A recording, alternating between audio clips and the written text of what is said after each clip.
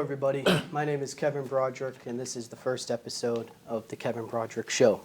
It is my intent to post one video every month interviewing local leaders in town and about their respective domains. You can see these videos on the Nord Community Media local channel, the cable channel, their website, and also on a YouTube video or YouTube channel, which I'll post on the screen right here. I want to thank Nord Community Media for their help, specifically Brian Bedreau and Jack Tolman, and also my little sister Audrey, who's doing the camera work. And if you have any comments or questions, you can email me at kevinbroderick777 @gmail.com. So our guests this evening are members of the concert committee, and that's Bob Donnelly, that's Lee Leach, and Dave Tuttle. And let's pan to them now. If we're going to start talking about the concert committee, let's kind of go over the general overview, kind of what was the summer concert series like? Bob. Well, the summer concert series was a series of about 27 total concerts between our Sunday shows, our Carillon shows, and our Wednesday Summerfest shows. So very successful year, I think. My colleagues will agree to that, I believe. Weather was great. We only had one rain out. As we'll talk about later, the Sunday shows feature a lot of big band and swing music. We had some great bands there. Lee, a Carillon player himself, has wonderful access and colleagues in the Carillon bell world, and you had folks from all over the world in the country playing in the Carillon bells in Norwood. And in Summerfest, we had a great show. We had a great, great season this year. We were very pleased with the crowds, very pleased with the weather, and the music was just great, top to bottom. Yeah. So when does it start? What season does it start? We run two seasons generally. Biggest one is our summer season, where we feature a concert every Monday, Wednesdays, and Sundays in July and in August. In addition to that, during the winter months, there's a 4-concert series, usually, Dave will correct me, usually late January or into mid to late February. Yes. On Sunday afternoons at 2. So those are the two main seasons. And of course, Lee, as a Carillon player, is featured many times a year as well, beyond the concert series that we sponsor in the summer and the winter. So I don't know. By the way, Bob, those winter concerts are indoors, so they'll be mostly like Norwood High School. Norwood High School. Mm-hmm. Yeah. And those start in January. Yes. Yes. Last week of January. Last week of January. Okay, so for the summer concert series, I know that there's a free raffle. I don't know if, Dave, you want to talk about the free raffle and how that works. So all our concert series are largely funded by contributions from local businesses and individuals in town. Some of the budget does come from the town budget as well. But about, 10 or so years ago, the Sunday concerts introduced the concept of a free raffle for everybody who comes in attendance. They can get a raffle ticket. And these are usually $25 or so gift certificates to local restaurants and businesses. And those are all donated as well. It's come to be something that people really look forward to participating in and trying to win whatever the gift of the night is. And do you guys find, as the concert committee, that it's difficult to find donations, that you're constantly asking for new donations? Generally, no. I think we'll talk about the fundraising first. Dave is correct. We do raise funds. Usually, we send out a fundraising appeal in March or April of every year. And in addition to that, the town meeting has generously supported funding a part of the program as well through a town appropriation. But no, we find that there's a solid group of folks who do donate to us. We recognize them on our program. We have four levels. You have it right there, Lee, don't you? Yeah, we have 4 levels of donors. Gold batons, which are our highest level. I think it's about $1,000 donation. Silver, bronze, and then we have our friends. And just to take advantage of our opportunity here to give some PR, we really want to point out that this past season, our Gold Baton folks were One Bistro, the Rojo Company, Norwood Firefighters 1631, and the Norwood Record. Particularly recognizing One Bistro because they were the most generous donation this year, having donated about $2,000 to the program in order to specifically sponsor the Legacy of Paul Alberta Jazz Ensemble, which was our opening concert in the summer. Thank They you. also gave us gift certificates They for the did. raffle as well as their cash donation. And we have, we have a really hardworking committee.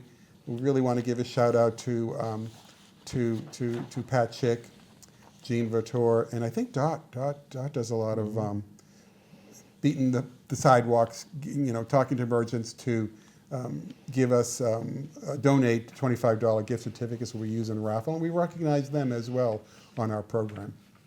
And I know we touched on this a little bit, but I was hoping one of you guys could kind of explain the difference between the Sunday and Wednesday shows for people who don't know. Well, one thing is Sunday shows occur on Sundays.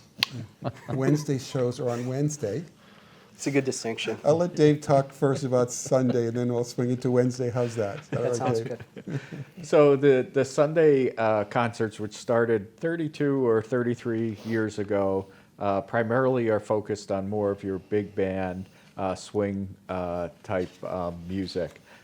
We do introduce a little bit of jazz and maybe some more contemporary groups once in a while, but that's the type of music. It's that big band contemporary music. Years ago, we used to have a band that came up that was the Southeastern Massachusetts Circus Band, and they played music that you would hear if you went to a circus, and we would have we gave away balloons and free popcorn that evening when they played as well. And you mentioned what's contemporary music? More like more like modern day type music. it's modern, okay. It might be done with a big band arrangement to it, but something that you might hear from a Broadway show or a movie. That today's music. Yeah. Okay. That makes sense. So what are the Wednesday shows like? Well, Wednesday shows started in 1980 when the Norwood Arts Council formally formed as a nonprofit. I actually brought the 1980 program here, and just in terms of the kind of music we play, to this day, since 1980, we're pretty consistent with the statement that we made in 1980, which is providing an exciting program of outdoor performances. The diversity of the program, which appeals to all ages, will provide hours of family entertainment. So I think we're pretty consistent from 1980 to this day. Our music performers run the gamut. We have oldies, rock and roll, we've had swing music, we've had country western, we've had Celtic and Irish, we featured Scottish bands, German bands. This past season we had American jump blues, hip hop, soul music. So that concept of providing sort of a diversity of mostly contemporary music from the last 50 years or so, been pretty consistent with the Norwood Arts Council right up to this day with Summerfest. Okay. So I think it's a good idea to now turn to Lee, who is, if you don't know, is a Caroliner, probably the major Caroliner in town. For those who don't know, can you explain what the Carillon is and how it works? Sure. The carillon is the set of bells in the bell tower at Town Hall. It is a musical instrument. There are 50 bells, and it can be played by one player. And the music that comes out of the bell tower is generated acoustically. So it is whenever a person is around Town Hall, the common area, or downtown area, because it broadcasts over at least a half a mile of distance from the tower. Somebody is playing that set of bells. It's not automated in any fashion, but the beauty of that is that it's a real musical instrument, and you really need almost a classical training to learn how to play that. When I first came to town, I became interested in learning how to play that, so I sought out a very proficient, internationally known carillonneur who at the time played the Carillon in Cohasset, Massachusetts. And her name was Sally Slade Warner. And Sally was my teacher. She has since passed on, but she was a great carillonneur. Played a lot of the years before I came into town. The instrument itself had been in disrepair in the 70s and late 70s, and then when Sally discovered that we had these fine bells, she approached one of the administrators in town, who turned out to be Mr. Bernie Cooper. And Bernie Cooper and Sally were very instrumental in finding the resources and also the technical company that could bring the bells back to playing condition. So the Carillon series, the Monday night series, started up after that work was completed in 1986. I came into town in 1996 timeframe. So those first 10 years, Sally managed the invites, and she also played at least one of the weeks of our series back in the 1990s. So I've continued that tradition, and Sally and myself and Bernie Cooper became sort of the focal point of the Carillon program for basically the last years, and certainly the time period in the 2000s and 2010s that we have developed what we know today as a very successful series. So I know in the summer you guys play on Monday nights. That's at 6:30, right? So back in the beginning of the pandemic, the three series were at the beginning of that, before the pandemic, were pretty much ran separately. We were each doing what we need. We had a Sunday nights committee, we had a Wednesday night committee, and we had Sally and Bernie and myself doing the Monday nights. In fact, our Monday nights were at 7 o'clock. I'm not sure when We the started Sunday- at 7 and- originally.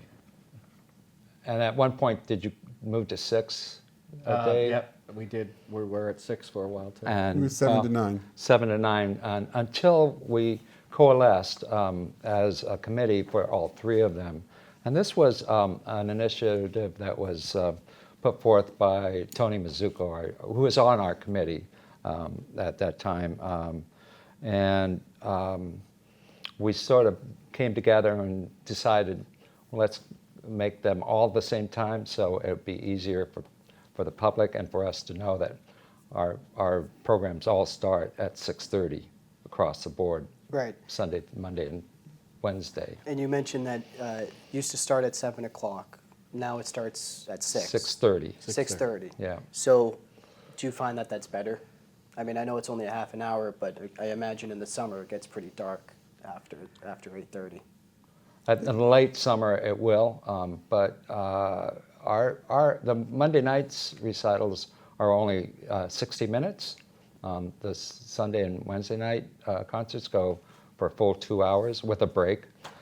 We don't have a break for the Carillon recital. We just play 60 minutes. But we also have an open tower afterwards, where the public is invited to come up.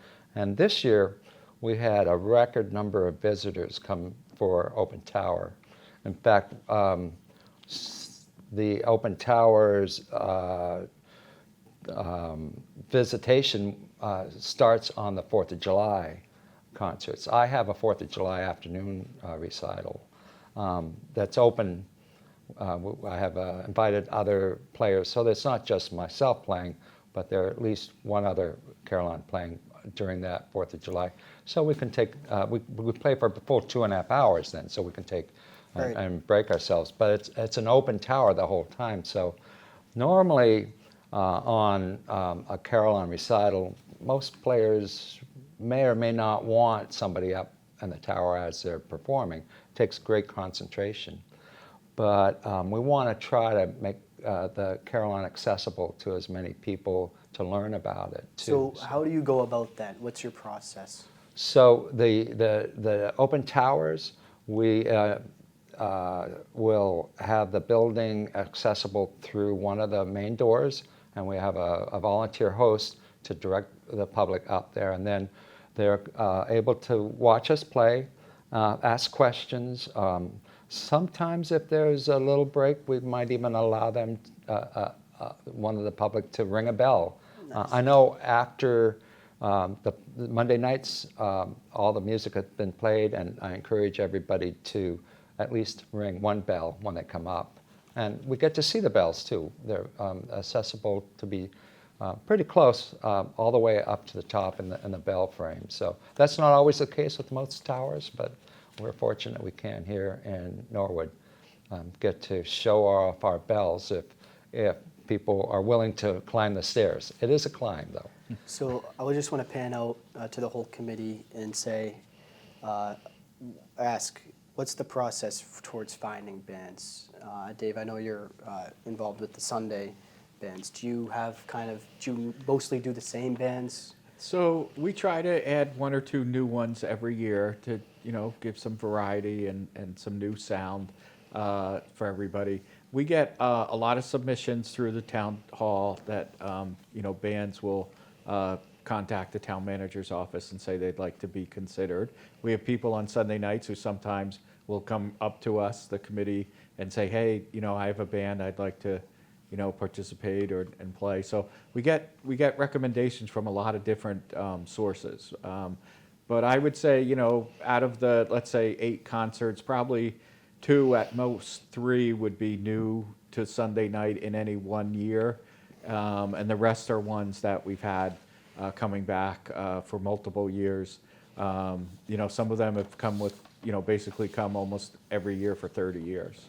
Right, and so I imagine if you're adding 2 or 3 new ones every year, you're also cutting as Yeah, well. we sadly we don't have enough time for everybody. We have more submissions than we have dates for. And that's always how, in my opinion, a good way to keep the program enjoyable throughout the summer. Mm-hmm. So you're constantly doing that. So I know you touched on this a little bit, Bob, but maybe you can go into kind of the process for the Wednesday night shows. It's similar. Having a program that's been around since 1980, we have quite a Rolodex of bands, if you will. We do try to, we run 8 or 9 concerts a year.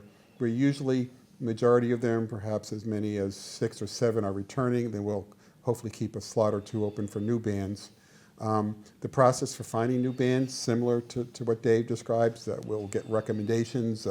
Mike Rosen in the manager's office will get inquiries that he'll send to us. Or just this past year, we had 3 new bands on Wednesdays. One was a band called the Love Dogs, and I found the Love Dogs because it was a Sunday show where the lead singer for the compact big band was Ed Sheeran, and he was very good. And I talked to him during intermission and found out they mentioned he had the Love Dogs, so I contacted the Love Dogs, pulled out a YouTube video, found that they were a really good band.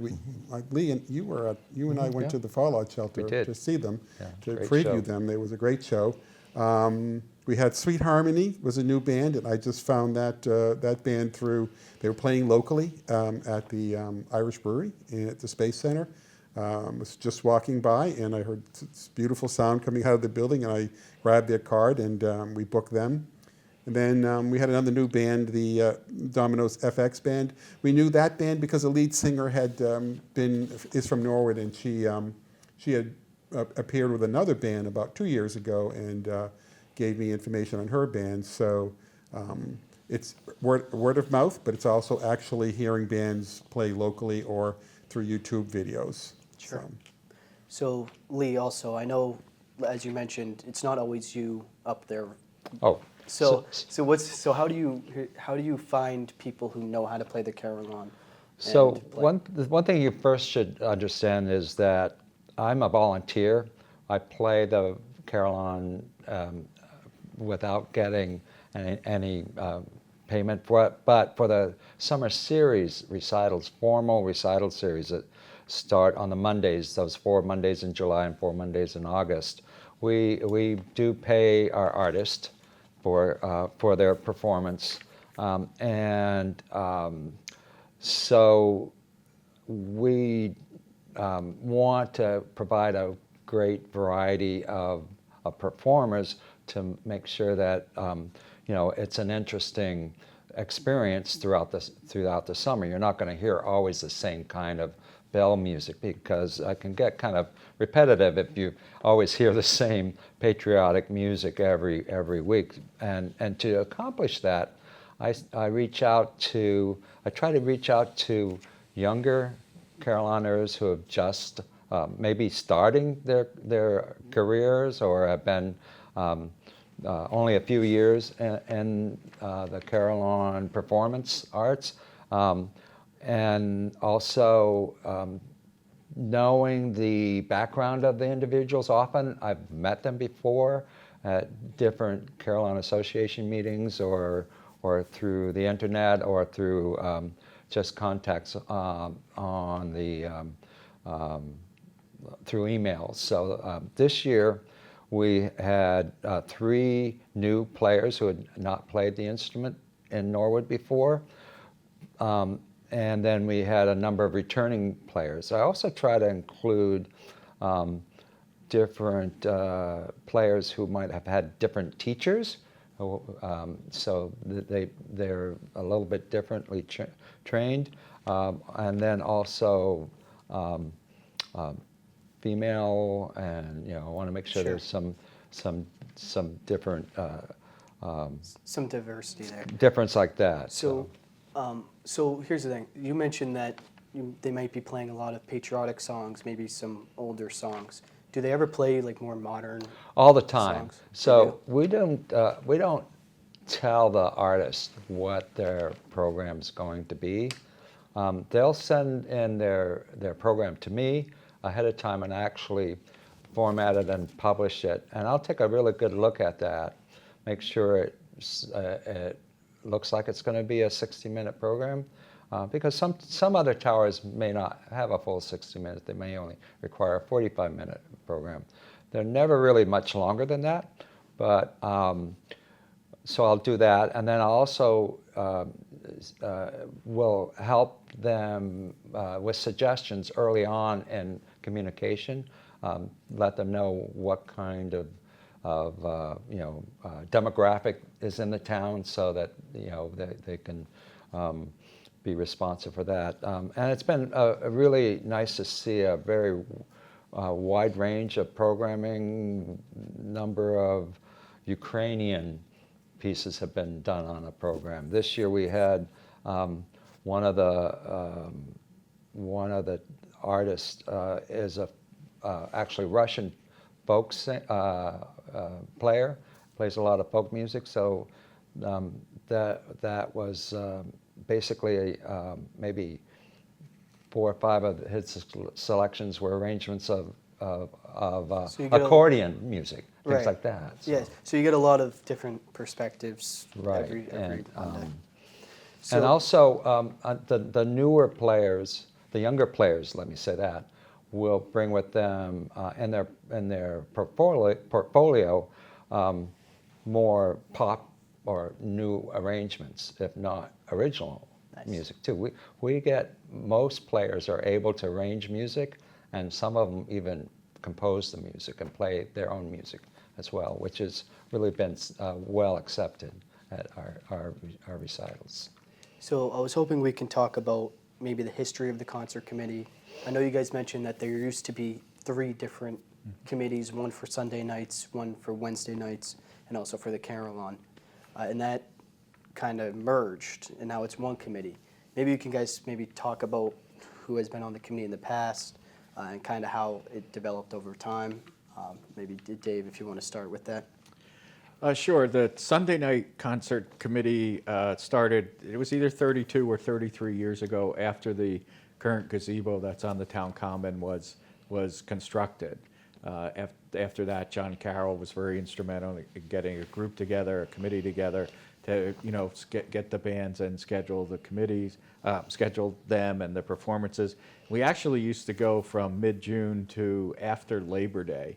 Was a long series. Yeah. We've cut that back to just July and August to make it a little easier on the committee members, as well as our fundraising. That was a lot of bands and performers to have to pay for. But there's been a lot of different people over the years who have been involved with the Sunday night concerts.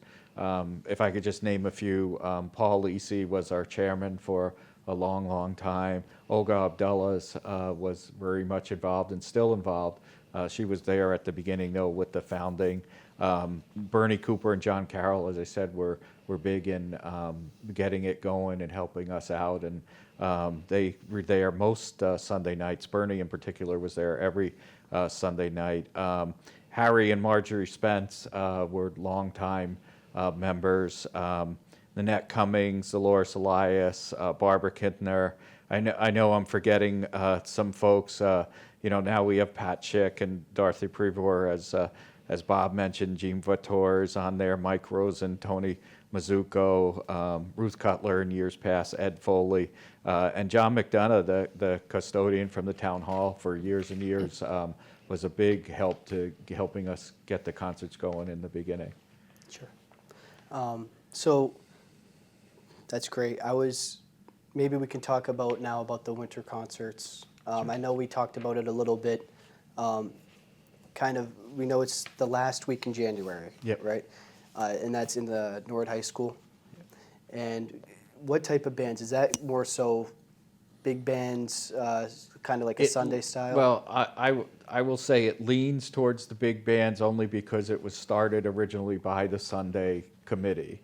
I think over the years, the last few years, we've taken some of the Wednesday night groups and put them in there as well. I don't know that we have any, real description other than it's music, but I think it's has been mostly the big band, the swing type music. But we've had other bands there as well. Sure. So what's the attendance like compared to the summers? What would you say? I don't know, Bob, if you want to. Sure. We'll answer that then. I think we want to talk a little bit about the history of the Summerfest series, too. Yeah, that's great. We can talk about that, We usually too. draw during the summer, band dependent, weather dependent, but I think this year there are a couple of concerts which drew, I think, nearly 300 or more people several times. Well, the typical crowd might be more like 225, which is great because it's a great venue. The performers love it. The gazebo looks great, lit up at night. It's great for downtown businesses. The wintertime, I think our biggest show in the winter is usually Dan Gable and his orchestra close out the winter series, and he might bring in a couple hundred people as well. But a more typical crowd inside the high school might be 150 to 175. Yeah. So pretty consistent with the summertime when you think about it, crowd-wise. Sure. And you mentioned you wanted to speak a little bit on the history. We wanted to, because there's some people who are still around today who are instrumental in putting Summerfest together. It actually predates the gazebo. The Norwood Arts Council was formed, I think, in 1980 as a nonprofit corporation, sort of modeled after a program in Boston called Summer Thing, which was a number of musical concerts that went from neighborhood to neighborhood during the summertime. And people like Jerry Miller, Vic Babel, Chuck Burgess, Jane Connolly, the first president was Maureen Kenny.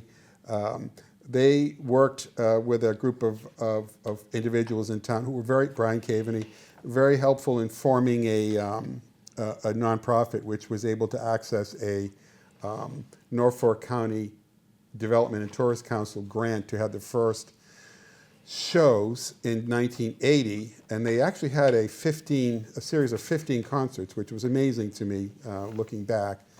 June 4th of that year was Joe Vattel and the New England Bluegrass Boys was the very first concert, and an interesting feature also was on the 14th of June in 1980, a group called Pie Alley played there.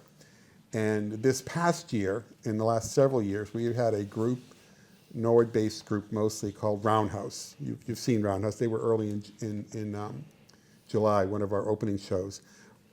Two members of Pie Alley from our 1980 program play in Roundhouse, Paul Riley and Ted Melvihill. So that's sort of a great sort of juxtaposition of the history of the concerts. We had them on the lawn. We blocked off the Manhattan Street at Washington at Central. People would pile into the lawn or a little bit on the common, and what the stage was the Town Hall common. The Town Hall lawn. Yeah. For a while, just the lawn. We had our own sound person, Paul Phillips, a local fellow, was dragged that sound system down from the tower underneath the Carillon and set it up. And a few years later, John McDonough, who Dave mentioned earlier, built us a staging. And then a couple years after the gazebo was built, John Carroll convinced us to move the shows out to the Common, and we've been there since. And now the concert, just one more thing, we named a lot of people, and I know Dave named a lot of people. When I look at my 1980 program, I see a list of some 25 names. Today's world, there's about 6 or 7 of us, ideally. And that was the idea that Tony had to join the committees together, because we have, I'm not going to say suffered, but we have had our committees, all 3 of our committees have gotten smaller over the years. So the brilliance of the 3 committee concept being one was that now the 3 shows, we work together as one committee, and that's really been helpful because we have not had the level of volunteer work that we had, let's say, 20, 25 years ago. Yeah, I mean, this is unrelated, but I'm on the 4th of July committee, and we kind of see that as well. It's definitely harder to find volunteers to do sort of to help out with major events. Mm-hmm. And speaking of major events, the concert committee was involved in the Boston Pops, right? So that was the concert committee kind of in charge of that, or was that kind of unrelated? It's unrelated, I believe. Oh, was it? It's the 150th. The 150th committee drove the concert, and okay. Yeah. Yeah. Members of the 150th did, or either as members of 150th or as subcommittees did help, but that was primarily driven by the 150th committee. All right. Well, So Kevin, I think Bob brought up a little point, but I want to reemphasize it because I see it directly affect the turnout for the Monday night Caroline recitals, and that's the concept where the whole is larger than the total of the parts. You understand that concept? Actually, I don't. Yeah. So before we were separated, and now we're all together, right. And we can support each other. And the result is we do a lot more than we were able to do just individually.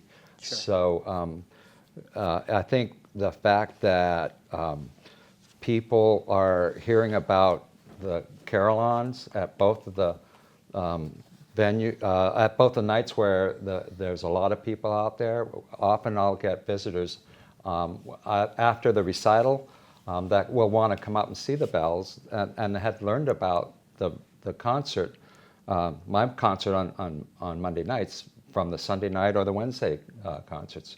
And we always promote all 3 whenever we're promoting them. So it sort of feeds across everybody's best interest to work together. I should also point out, you mentioned the 150th with the Boston Pops. If you were to watch the Boston Pops on the 4th or be in the Esplanade when they play on the Esplanade, you will see towards the end of the show the playing of the 1812 Overture, where they have a gentleman who plays the bells and the chimes. At our 150th concert on the Norwood Common, we had actual carillon bells being played during the 1812 Overture, courtesy of Mr. Leach, who I now is an honorary member of the Boston Pops. Because he played the bells for the 1812 Overture, and it was grand. That's amazing. Wonderful. I didn't know that, Lee. That's cool. Yeah. So that's a big change. to your knowledge, are you guys considering any changes within the committee going forward, or are you relatively keeping it the same?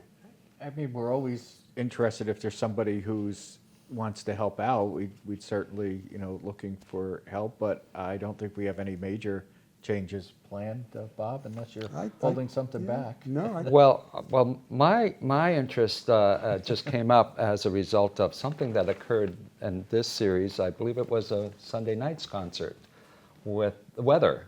And maybe you can sort of set that up, Dave, by describing that, because I wasn't at that concert where, and maybe you were there too, Bob, that needed to be I was not there. abbreviated. Yeah. Well, we are weather dependent, and so the Sunday and Wednesday night concerts, if we don't have a backup venue, so if it rains, if it's bad weather, the show gets canceled. And the concert Lee's referring to, we had started it and got about halfway through it when lightning started flashing in the sky, and a local meteorologist who lives in Norwood did notify us that we did not have a lot of time before a storm was going to hit the common. So we did abbreviate the concert on that particular night. So I know the person that alerted the committee that they only had a matter of minutes to shut it down because this front was coming right through. So they have agreed to help us out going forward. Right. So we will have a meteorologist help us with deciding when we need to adjust or possibly cancel Right. an event that is outside for the winter. Weather I mean, for the summer. Yeah, that's the thing that makes us most nervous is the weather conditions. Yeah. And Yeah. if you don't mind, I will tell you a story. Before we had the access to modern meteorological, or in this instance, we have a gentleman who's helping us out now. But I remember on Summerfest in the early 80s, we had booked the band Joey D and the Starlighters. And Joey D was a fairly well-known rock and roll band from the 50s and 60s. Actually did the original version of the hit song Shout. And we were seeing, and it was on the town hall lawn, and we were seeing the weather coming. We could see it coming from the west. It was beginning to thunder, rumble, a couple of flashes of lightning. And I think we were trying to tell Joey, we really can't continue the show. We're going to have to cut it short. He insisted. He said, we're going to continue. I haven't played Shout yet. So the very last song was Joey D on the town hall lawn doing that song Shout. And as he is just finishing the song, we could see flashes of lightning, and the clouds were coming in. And the very last note he finished, finally, it started to pour. We just made it barely in there, but Joey was insistent that he was going to finish the show with the song Shout. So, Never forget it. yes. So, what if it gets canceled before the show? So let's say it's a couple hours before and you know that there's going to be rain and you're not going to have a show. What's a way that just people know? Would they just kind of play it by ear, or do they look on the town website? Yeah, we use all the social media that the town has to notify people that the show's going to be canceled. I think if we can reach somebody at Norwood Community Media, we even put it up on the bulletin board there.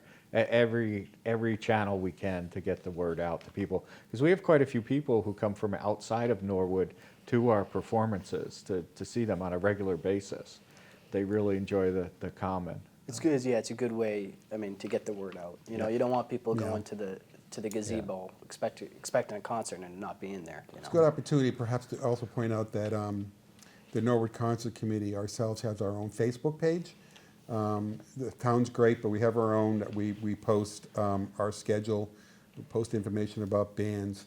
And in the event that there's a cancellation, we try to make that call with the band at the latest 3 o'clock that afternoon, just so the bands don't have to travel a great distance to set up only to not play. So usually if there's a chance of rain, we've made that call by 3 o'clock, and we'll update the town website. And we also have our Norwood Concert Committee Facebook page, which is up to several hundred followers now. So that's also a good way of getting out there. Did you say 700? With 700 or 800 on that now. That's yeah. a lot. Yeah. Okay, so with that, I just want to see if any of you guys had any additional comments you want to make, or or else we'll close out. I guess I'd like to say that if people are interested in helping out the concert committee or to donate to the committee, funnel that interest to the town hall. We would benefit, I think, from new blood being on a committee. It's pretty obvious that the three of us are not, spring chickens like you are, Kevin. So we could use some help from younger generations for sure. And I would say it's a wonderful committee to work with. It's got a great history, and it provides a great benefit not only to the folks that love the music and like to be outdoors, sitting on the common, but it's also a very good economic driver, I believe, for the benefit of our downtown businesses. The ice cream shops, the restaurants, really, I think, appreciate the audience of 250 or more people coming. More than that, really, when you consider that there are two common shows. We're bringing 500 people to the outdoor shows for every week in July and August, and that has not only a great community spirit to it, but I just think a great benefit to the downtown businesses. We have a great downtown. It's another event that kind of highlights the beauty and the excitement that exists here in Norwood. Our common and gazebo really reflect that. And I can second Bob's sentiment around that. Personally, I will experience a great influx where we didn't used to on 4th of July in the afternoon. There used to be like this gap after the children's parade and around 1 o'clock till the activities started going at the 5 o'clocks. And now we have Carillon Open Tower and also the reading of the Frederick Douglass over at the Old Parish Cemetery, which we will also play at the end of that some appropriate music to sort of get into the rest of the recital. But we've got a lot of people now that are coming downtown for those events that didn't used to in the afternoon on 4th of July, and that is generating a lot of business for the surrounding that are open at that point, because these people are, they're there, and I think you don't realize that until you look back. And I talk to people.